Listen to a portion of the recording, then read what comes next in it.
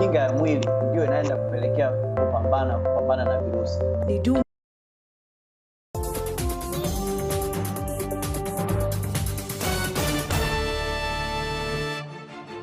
Hello, I'm Esther Githui-Ewart. It's Monday, September 4th. This is Africa 54.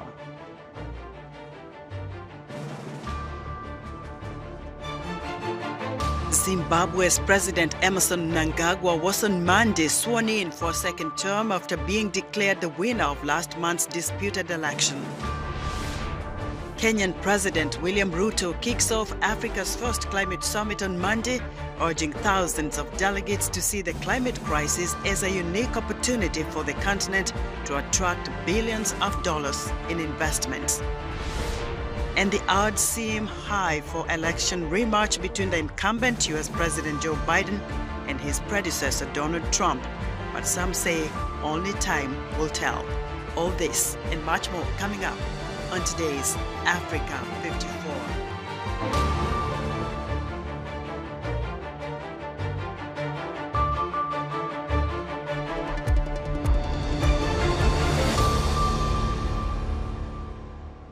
Emmerson Mnangagwa was sworn in on Monday for a second term as Zimbabwean president after being declared the winner of last month's disputed election.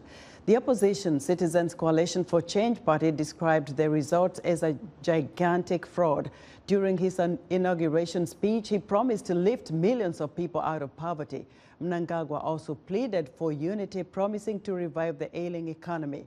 Mnangagwa's second term comes amid unrelenting economic challenges, with the Zim dollar having plunged 80% since the start of the year, while international funding remains frozen. Thousands of Mnangagwa's supporters, mostly bussed across from the country, sang and danced as the 80-year-old walked into the National Sports Stadium alongside his wife.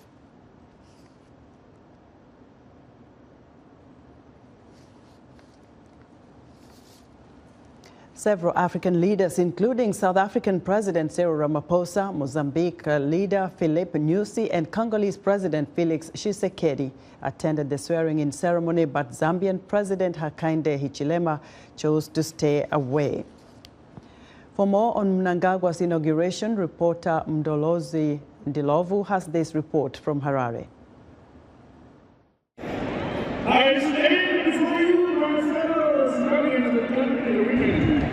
This is the National Sports Stadium where President Mnangagwa was today inaugurated at an event witnessed by thousands and thousands of Zimbabweans. But this is President Mnangagwa's last term, where he's going to be the head of state and government for Zimbabwe in the next 5 years.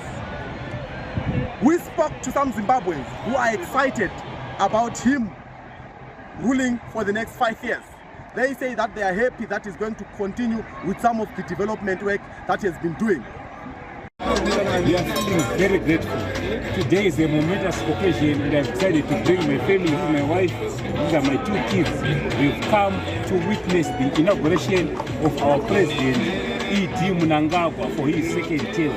This is very important to us as a family.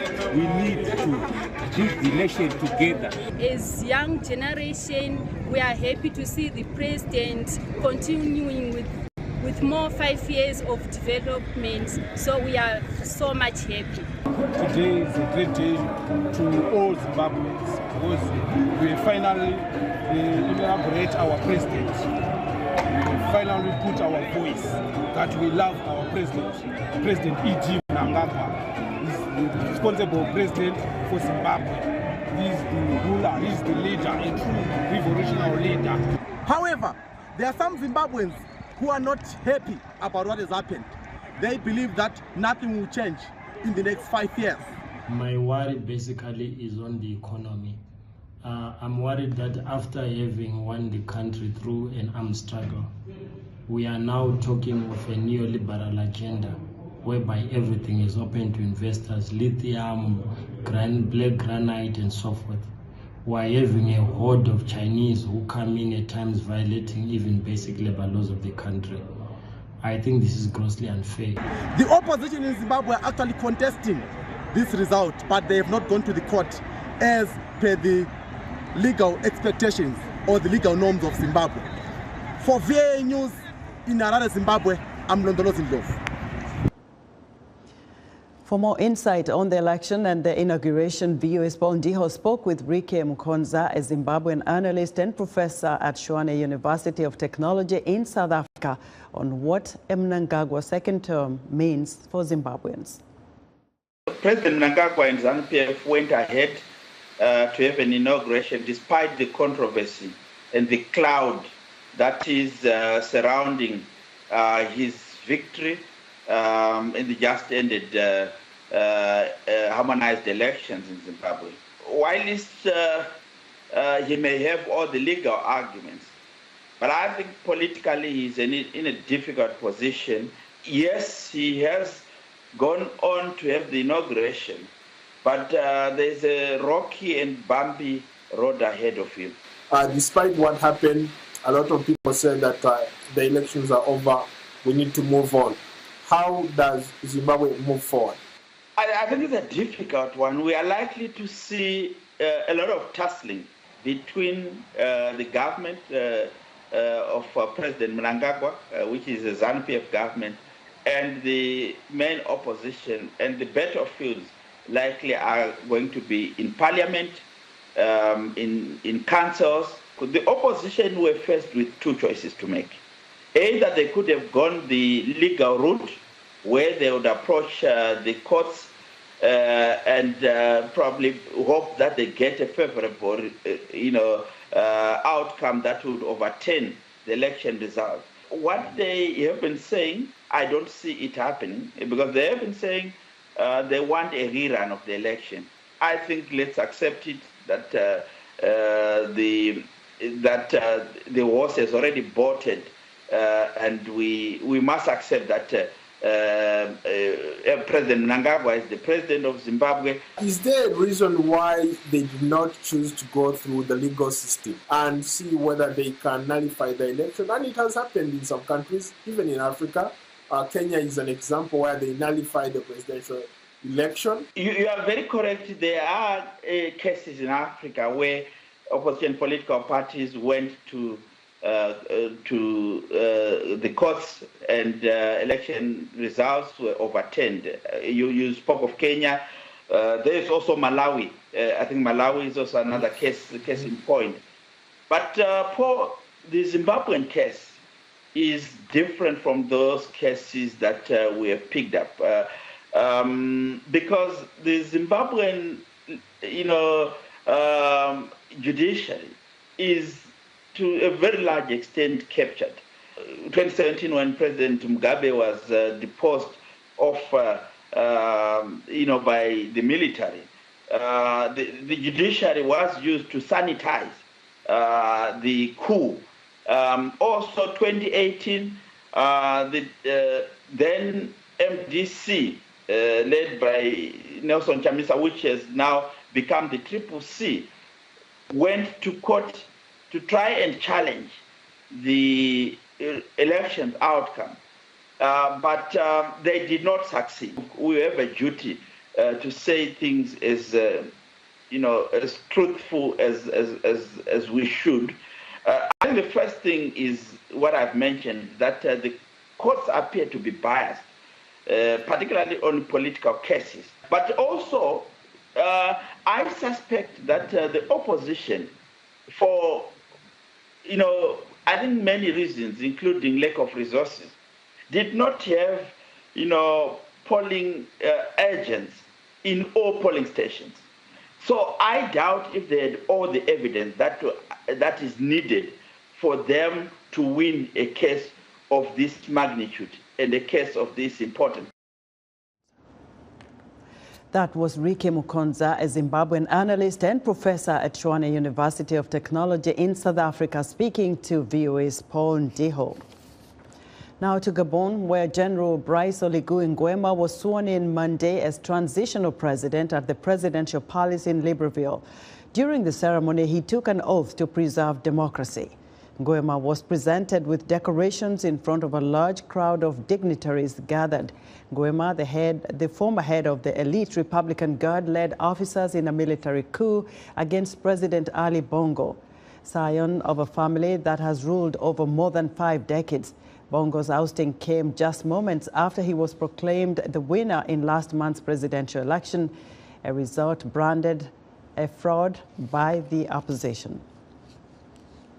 In Niger, hundreds of protesters sang and danced Sunday night at a French military base in Niamey. The sit-in follows a larger protest demanding the withdrawal of French troops after a military coup. Paris is refusing to recognize the July 26th coup, one of 8 in West and Central Africa since 2020. The sudden leadership change has global powers concerned about a shift to military rule across the region. Most impacted is France, whose influence over its former colonies has waned in West Africa in recent years. French forces have been booted out of neighboring Mali and Burkina Faso since coups in those countries, reducing its oversight of a region-wide fight to overcome deadly Islamist insurgencies. Kenyan President William Ruto opened Africa's first climate summit on Monday by urging thousands of delegates in Nairobi to see the climate crisis as a unique opportunity for the continent to attract billions of dollars in investment. Organizers say they anticipate hundreds of millions of dollars in deals to be announced at the 3-day summit, during which they aim to showcase Africa as a destination for climate investment rather than a victim of floods, drought and famine. African leaders are pushing market-based financing instruments such as carbon credits in a bid to mobilize funding they say has been slow to arrive from rich world donors. Restoration and expansion of Africa's natural carbon sinks are not just an environmental imperative. In fact, they are an unparalleled economic goldmine. They have the potential to absorb millions of tons of CO2 annually, which should translate into billions of dollars if we were living in a fair world, improve livelihoods and millions of opportunities across this continent. Many African campaigners, however, are opposing the summit's approach to climate finance, saying it advances Western priorities at the expense of the continent. For more perspective on the Africa Climate Summit, I'm joined live from Nairobi, Kenya by Gareth Walsh, Head of Energy and Climate at the Tony Blair Institute. Mr. Walsh, welcome to Africa 54. Hi, Esther. Now, with COP28 just 3 months away, what are the top issues that Africa Climate Summit in Nairobi is addressing? So the overall theme, I've been there today, the overall sort of theme we're hearing is that climate action and the continent's development need to go hand in hand. And there's a real focus on the opportunities that lie within this sort of parallel of development and addressing climate change. So opportunities in investment, for example, in areas like clean energy or investing in agriculture to adapt to climate change, and then the opportunities around industrialization and trade as well. Mr. Walsh, Africa is said to be experiencing kind of unprecedented, shocking weather patterns. In fact, they say it's heating faster than other parts of the world. What's causing this and how can that be reversed? So, I mean, there's a clear link between global emissions and the increasing temperatures and these shocking weather events that you're talking about. It's deeply unfortunate that sub-Saharan Africa has contributed less than 1% of emissions globally, but is experiencing the worst consequences. In reality, I think reversing these emissions in the short term, the opportunities are pretty limited. And what's more important is how the continent's actually going to adapt to climate change. And to do this really needs serious investment. So the African Development Bank estimated that about $20 to $30 billion a year is needed in investment in areas like agriculture, health and water systems, which is why the sort of investment focus of this summit is so important. One wonders, what are the practical ways that Africa can harness its renewable energy? So as the world wakes up to the need to cut our emissions globally, there's increasingly a premium being put on products and commodities that can be produced with less emissions. So this represents a huge opportunity for Africa, a continent with amongst the greatest renewable potential in the world. And the real sort of priority really has to be to attract financiers to develop this potential, which can drive industrialization on the continent. And to actually deliver this, the biggest sort of bottleneck at the moment is really to create that pipeline of investable projects and then de-risk these projects so that we can deliver a step change in the scale of investment that is beyond what's being delivered at the moment. Now, very quickly, the ordinary citizens in Africa are bearing the brunt of this climate damage. How can they be part and parcel of solving the impact of climate change? I think it links to what I was saying before, so that, you know, the theme of this event, and back to the theme of this event really, so the theme of this event is sort of looking at investment. I think there's a small window of opportunity for Africa to really seize the opportunity that this global demand for lower carbon products represents. And I think what's really crucial is the role of African governments, African leaders, to really sort of drive this investment into the continent and produce those opportunities for Africa to play its part in decarbonizing and diversifying global supply chains, and also driving development and industrialization on the continent. Gareth, we'll follow up with you as the summit continues there in Nairobi, Kenya. Gareth Walsh is head of energy and climate at the Tony Blair Institute.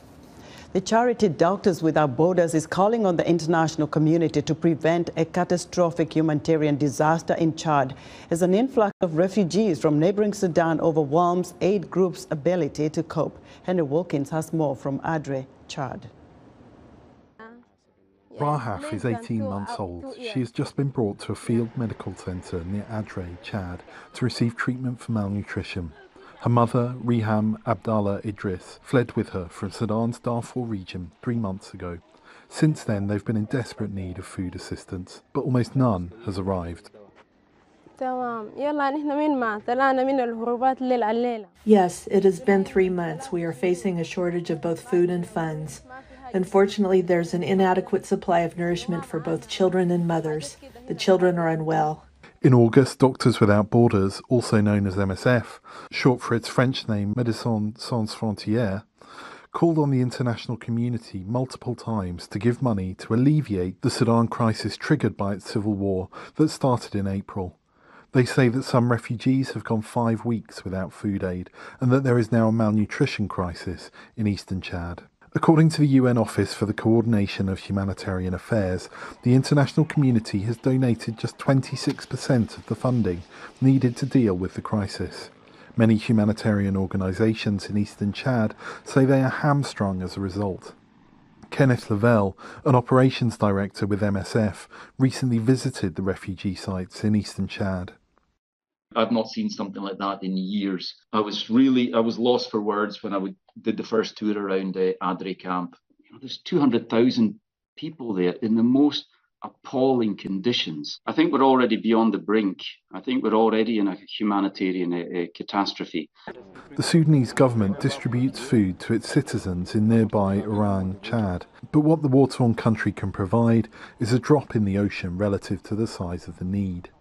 One Chadian analyst says that the host communities deserve a response too, as the crisis strains the local market for food, and that a proper response could help prevent Sudan's insecurity from spreading to Chad. Actually finding a solution to the suffer of those that cross in Chad might be also a way of contributing to conflict management and conflict prevention and ramping up insecurity in Chad, as those people might be turning to illegal ways of earning their lives. So, I mean, there are a lot of risks. Asked what the international community could do to help her and her baby, Idris said, "It's imperative for them to furnish food for the infirm. For instance, biscuits or milk would be greatly appreciated, as malnutrition is affecting the children severely." As the desperately underfunded Sudan crisis continues, humanitarians say they are at a loss as to how to get donors' attention. Henry Wilkins, VOA News, Adre, Chad. Would like to hear what you think about Africa 54 and all our VOA Africa programs on our website at voaafrica.com. Still to come, the 2024 U.S. presidential election is trending toward rematch of the 2020 candidates. We'll have the latest. Stay with us.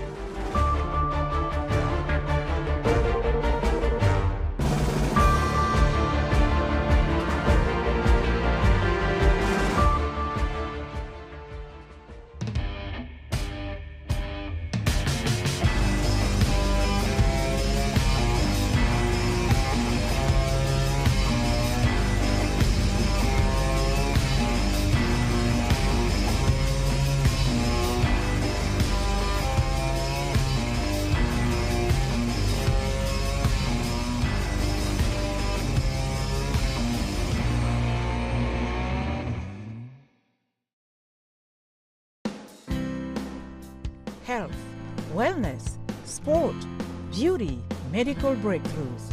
Healthy Living cares about your well-being. What are the main health concerns in Africa and around the world? Find out the latest on coronavirus. Connect with our experts and ask them questions. How long does the virus stay? Join me, Linor Mudu, in Washington, every week on Healthy Living, right here on VOA.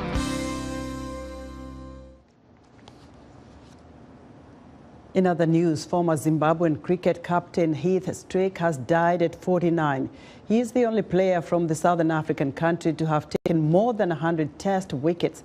Strick's wife Nadine confirmed the death Sunday on social media. He was reportedly suffering from colon and liver cancer and had been receiving treatment in a South Africa hospital since May. Nigerian President Bola Tinubu is recalling all the country's career and non-career ambassadors from their posts. Al-Qasim Abdul Qadir, Special Assistant and Communication Strategist of the Nigerian Foreign Ministry, says President Tinubu is recalling all diplomats except the permanent representatives to the United Nations and in Geneva because the president wants to recalibrate Nigeria's foreign policy. And Sudan's top military general has departed South Sudan on Monday after meeting with President Salva Kiir about the ongoing war in Sudan. It was Abdel Fattah al-Burhan's second trip abroad since the war started in April. Burhan met with Egyptian President Abdel Fattah el-Sisi. The odds appear too high for an election rematch between the incumbent U.S. President Joe Biden and his predecessor Donald Trump. However, some politicians are leaving the door open to entering the race. VOA's Veronica Balderas Iglesias has the story. He now has a mugshot and an inmate number in the latest of several legal probes he faces. But former President Donald Trump is adamant he didn't do anything wrong.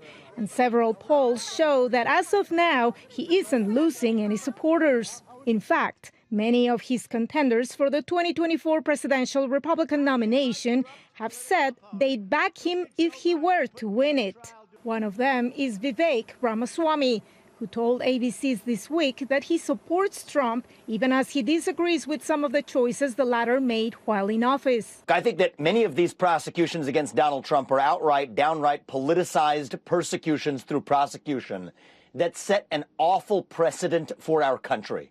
I do not want to see us become a banana republic where the administrative police state uses police force to eliminate opponents from competition.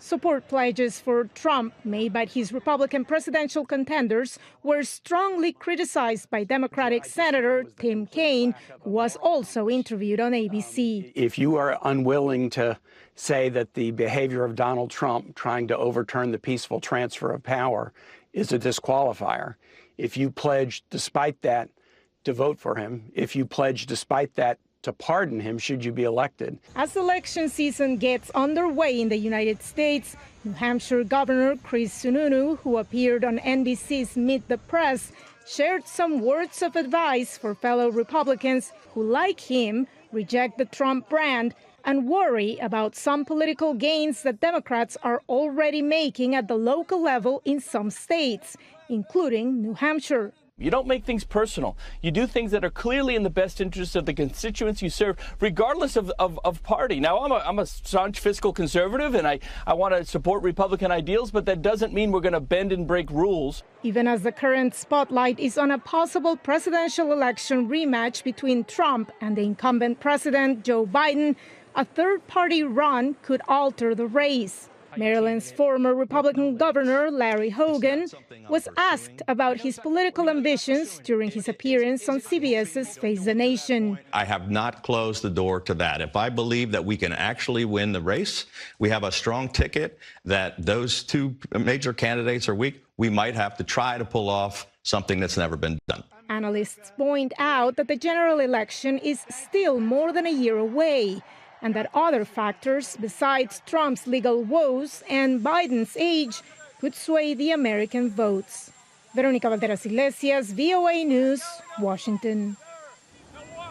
That's our show for today. Be sure to watch Africa 54 on our website at voaafrica.com. From all of us in Washington, thanks for watching.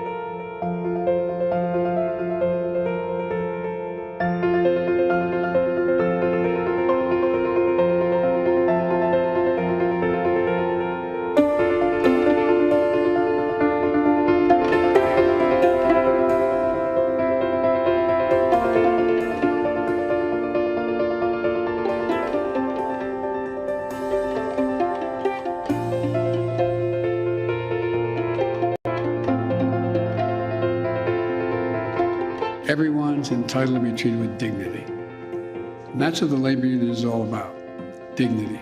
It provides dignity for people who deserve to be treated differently.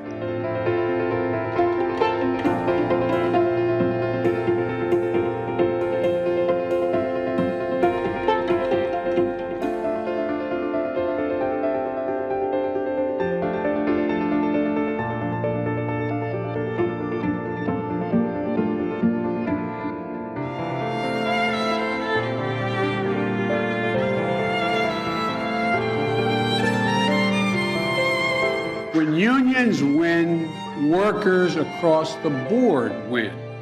Healthcare, a pension, God willing, higher wages and a safer workplace, and protections against discrimination and harassment. We've fundamentally transformed how we live and how we work in this country. The reason we have is because of the victories won by labor. On Labor Day, we honor the dignity of the American worker. And every day we remember that America wasn't built by Wall Street. It was built by the middle class. And unions built the middle class.